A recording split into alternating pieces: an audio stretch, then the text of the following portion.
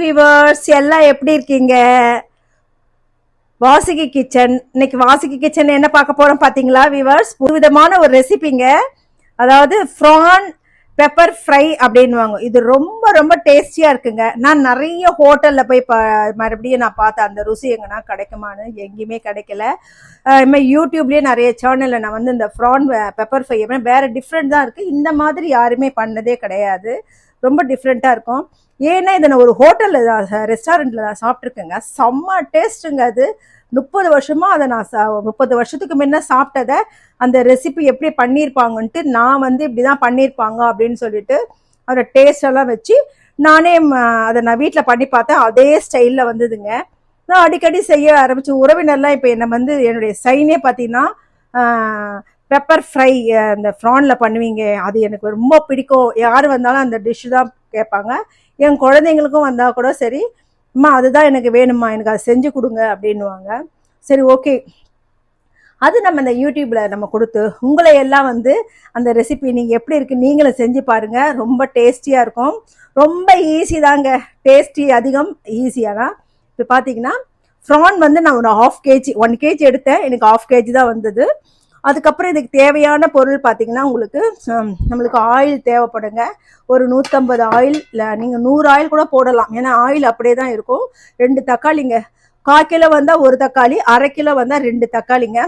பச்சை மிளகாய் காரத்துக்கு கிடையாதுங்க, இது ஒன்லி ஃப்ளேவர் தான். ஸோ அந்த ஃப்ளேவர் கோசம் தான் அதை நம்ம போட போகிறோம். கருவேப்பிலை இன்னும் நிறைய இருந்தால் இன்னும் நல்ல மனமாக நல்ல டேஸ்ட் கொடுக்குங்க கருவேப்பிலை. அதெல்லாம் நீங்கள் இன்னும் கொஞ்சம் அதிகமாக எடுத்துங்க. எனக்கு இப்போதைக்கு இவ்வளோதான் இருந்தது. நாங்கள் வீடியோ கோசம் நான் கொஞ்சம் உங்களுக்கு காண்பிக்கிறேன். அதேமாதிரி இது ஃப்ரை பண்ணணுங்க. இந்த மிளகு வந்து நான் 1.5 டீஸ்பூன் எடுத்திருக்கேன். மிளகா வந்து ஒரு 7 மிளகா எடுத்தால் போதும். இது குட்டி குட்டியாக இருக்குது, நான் 10 எடுத்திருக்கேன் சின்ன பீஸாக. இந்த மாதிரி அதை வந்து நம்ம எப்படி பொடி பண்ணணும்னா லைட்டாக வறுத்துட்டு இந்த மாதிரி ஃப்ளக்ஸி மாரி நம்ம பொடி பண்ணி வச்சுக்கிடுங்க. ஓகேங்களா? இப்போ நம்ம எப்படி பண்ண போகிறோன்றதை நம்ம பார்க்க போகிறோம். ஓகேங்களா? இந்த ரெசிபி பார்த்தீங்கன்னா செம்ம டேஸ்டியாக இருக்கும். மிஸ் பண்ணாமல் பாருங்கள். நான் போர் அடிக்குதுன்னு இந்த வீடியோவை நீங்கள் கட் பண்ணாதீங்க, கண்டினியூவாக பாருங்கள். நீங்கள் அதை செஞ்சு சாப்பிட்ணுன்னு உங்களுக்கு ஆர்வமே வந்துடும். உடனே செஞ்சு பார்க்கணும் அப்படின்னு ஒரு ஆர்வம் வந்துடும். கண்டிப்பாக பாருங்கள். ஓகே, இப்போ பார்த்தீங்கன்னா இந்த பாருங்க, மிளகும் இந்த சில்லியை லைட்டாக ஃப்ரை பண்ணுங்க. சும்மா ரொம்பவும் வேண்டாம், சும்மா கொஞ்சம் வார்மாக இந்த லைட்டாக சூடு இருந்தால் போதும். ஏன்னா அப்போ தான் வந்து உடையும் உங்களுக்கு ஒரே மாதிரியே மிளகாவும் சில்லி ஃப்ளெக்ஸ் மாதிரி நல்லா உடையும். அதனால லைட்டாக வறுத்துக்குங்க. காரம் இன்னும் அதிகமாக வேணும்னா கூட மிளகு கொஞ்சம் அதிகமாக சேர்த்துக்குங்க. ஆனால் வந்து ரெட் சில்லி வேண்டாம். மிளகு எவ்வளோக்கு எவ்வளோ கொடுக்குறீங்களோ அவ்வளோ நல்லா டேஸ்டியாக இருக்கும். இப்போ நான் 1 டீஸ்பூன் இருக்குன்னா நீங்கள் 2 டீஸ்பூன் கூட போடலாம். லைட்டாக இதுவாக இருக்கு சரிங்களா? எப்படி பண்ணியிருக்கேன் பார்த்தீங்களா? ஆலிவ் ஆயில் தாங்க கொஞ்சம் ஒரு 100 கிராம், ஒரு 5 டீஸ்பூன் வச்சுக்கோங்களேன். கொஞ்சமாக தான் யூஸ் பண்ண போகிறேன். ரொம்ப இருந்தால் அப்படியே எண்ணெய் இருக்கும்.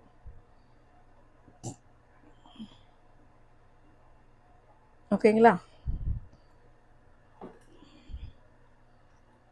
ஒரு 100 கிராமே எடுத்தாலே போதும் உங்களுக்கு, அதுவே உங்களுக்கு அதிகம்னு சொல்லலாம். ஓகேங்களா? இப்போ என்ன பண்ணால் ஒன்றுமே போட வேணாங்க. இதில் பாருங்க, ஃப்ரான் மட்டும் லைட்டாக ஃப்ரை பண்ண போகிறோம். நான் வால் கொஞ்சம் கட் பண்ணலைங்க. இது ஒரு டேஸ்டியாக இருக்கும் அப்படின்றதுனால லைட்டாக அதோட தான் நான் போட்டிருக்கேன். நீங்கள் வேணான்னா எடுத்துடலாம்.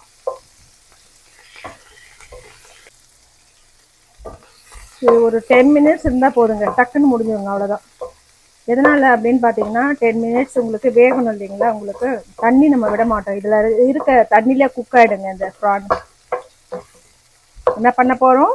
ஃப்ரான் பெப்பர் ஃப்ரை நல்லா இருக்கும்னுட்டு நான் என்ன பண்ணுவேன், முதல்ல வந்து கொஞ்சமாக பாருங்களேன், லைட்டாக கொஞ்சம் பொடி மட்டும் போடுவேன். காரம் கொஞ்சம் ஊறி டேஸ்டியாக இருக்கும் இல்லையா?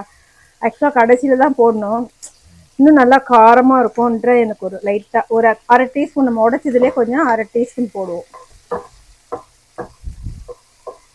ப்ளைனாக ஃப்ரை பண்ணுறதுக்கும் அந்த காரத்தோடு பார்த்தீங்கன்னா இன்னும் உள்ளுக்குள்ளே டேஸ்ட் வந்து போகி இன்னும் பட் நல்லாயிருக்கும். சரி, இன்னும் ஃப்ரை பண்ணுவோம். ஒரு 5 மினிட்ஸ் ஆகட்டுங்க. நல்லா ட்ரை ஆயிடுச்சு. இப்போ நான் என்ன பண்ண போகிறேன், லைட்டாக சால்ட்டுங்க, கொஞ்சம் சால்ட்டு போட்டுரும். ஏன்னா தண்ணி இருக்கும் போதே நம்ம சால்ட்டு போட்டோன்னு வச்சுங்களேன், அதிகமாக தண்ணி விடும்.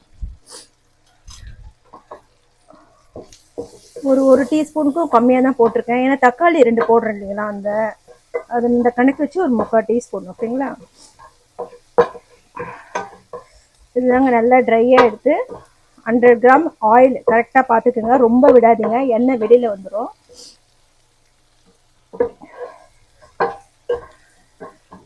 இப்போ வந்து என்ன பண்ண போகிறோம் அப்படின்னு பார்த்தீங்கன்னா,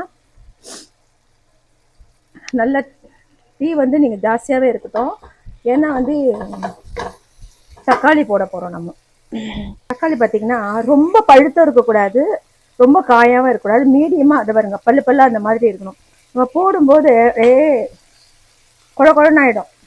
அது வேகிறதுக்கும் இந்த ஃப்ரை ஆகிறதுக்கும் கரெக்டாக இருக்கணும். பாருங்க,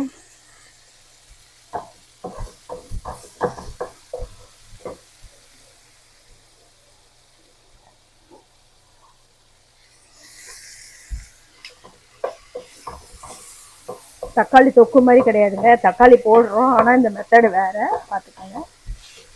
இந்த தக்காளியும் வதங்கிறதுக்கும் அந்த ப்ரான் வந்து வேகிறதுக்கும் இன்னும் கொஞ்சம் சரியா இருக்கும் உங்களுக்கு. இதில் கொஞ்சம் தண்ணி விடும், நான் தண்ணியே விடலைங்க, தண்ணியே வேண்டாம், இதுலேயே குக் ஆகிடும். பாருங்க, ரொம்ப கம்மி பண்ணாதீங்க இந்த டைமில், ரொம்ப குழ குழன்னு ஆகிடும். இது நல்லா டீப் ஃப்ரை வரணுனால கொஞ்சம் டீ ஜாஸ்தியாகவே வைங்க. சிம்மிலையும் வைக்க வேண்டாம், மீடியம் வேண்டாம், ஃபுல்லாகவே வைங்க. தொக்கு மாதிரி இருக்கு இல்லைங்களா, கடைசியில் பார்க்கும்போது மாறிடும் பாருங்க. காரமே இல்லை அப்படின்னுட்டு பாருங்க, மறுபடியும் கொஞ்சம் நான் எனக்கு மனசே கேட்காதுன்னு போட்டால் நல்லா ஊறிடுமேன்னு அப்பப்போ லைட்டாக ஒரு சிட்டிக்கே போடுவேன். சால்ட்டு போட்டோம் இல்லைங்களா, அதுலேருந்து தண்ணி விடுறது பார்த்தீங்கன்னா உங்களுக்கு பார்த்தீங்களா ஆயில் தெரியுதுங்களா. இப்போ நல்லா குக்காக எடுத்துங்க. இந்த டைம் தாங்க இந்த மாதிரி டீப் ஃப்ரை ஆகும்போது தான் இந்த பெப்பரு, இந்த சில்லி போடணுங்க. சில்லி, க்ரீன் சில்லி எப்படின்னா உங்களுக்கு வந்து காரம் கிடையாதுங்க, நீங்கள் வந்து தப்பாக புரிஞ்சுக்காதீங்க. இதில் வர ஒரு ஃப்ளேவர் இது அவ்வளோ நல்லா இருக்குங்க. அந்த கருவேப்பிலையும் அந்த பச்சை மிளகாயும் ரெண்டும் ஆட் பண்ணி நம்ம பண்ணும்போது அதனுடைய ஃப்ளேவர் ரொம்ப ரொம்ப செம்ம டேஸ்டியாக இருக்கும். இங்கே பாருங்க, நான் சும்மா லைட்டாக கீறி வச்சுருக்கேன், அவ்வளோதான். ரொம்ப நல்லா இருக்குங்களா, லைட்டாக கீறி வச்சுருக்கேன், லைட்டாக கீறிட்டேன் ஒரு சைடாக,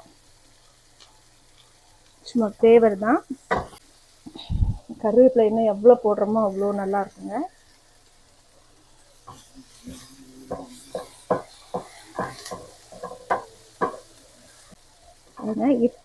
இப்போ இந்த பொடியை நம்ம அப்படியே போட போகிறோங்க. அப்படியே ஃப்ரை ஆகி இந்த ரெசிபியை நீங்கள் ட்ரை பண்ணி பாருங்கள். ட்ரை பண்ணி பார்த்துட்டு கமெண்ட்ஸை வந்து எப்படி இந்த டேஸ்ட் இருந்ததுன்னு சொல்லிட்டு எனக்கு சொல்லுங்கள். சரிங்களா, கலரே மாறிடும்னு நீங்கள் அப்படியே ஃப்ளேவர் பாருங்கள், அப்படிதாங்க செம்மையாக டேஸ்ட்டாக இருக்கும். இந்த மிளகா கூட அப்படியே தாங்க இருக்குது, செம்ம செம்ம செம்ம டேஸ்ட்டுங்க. இந்த வீடியோ உங்களுக்கு பிடிச்சிருந்ததுன்னா லைக் பண்ணுங்கள், ஷேர் பண்ணுங்கள், சப்ஸ்கிரைப் பண்ணுங்கள், மறக்காமல் ஐக்கானை ப்ரெஸ் பண்ணுங்கள். உங்கள் நோட்டிஃபிகேஷனு டெய்லி உங்களுக்கு வீடியோ வந்துகிட்டே இருக்குங்க. பாய்.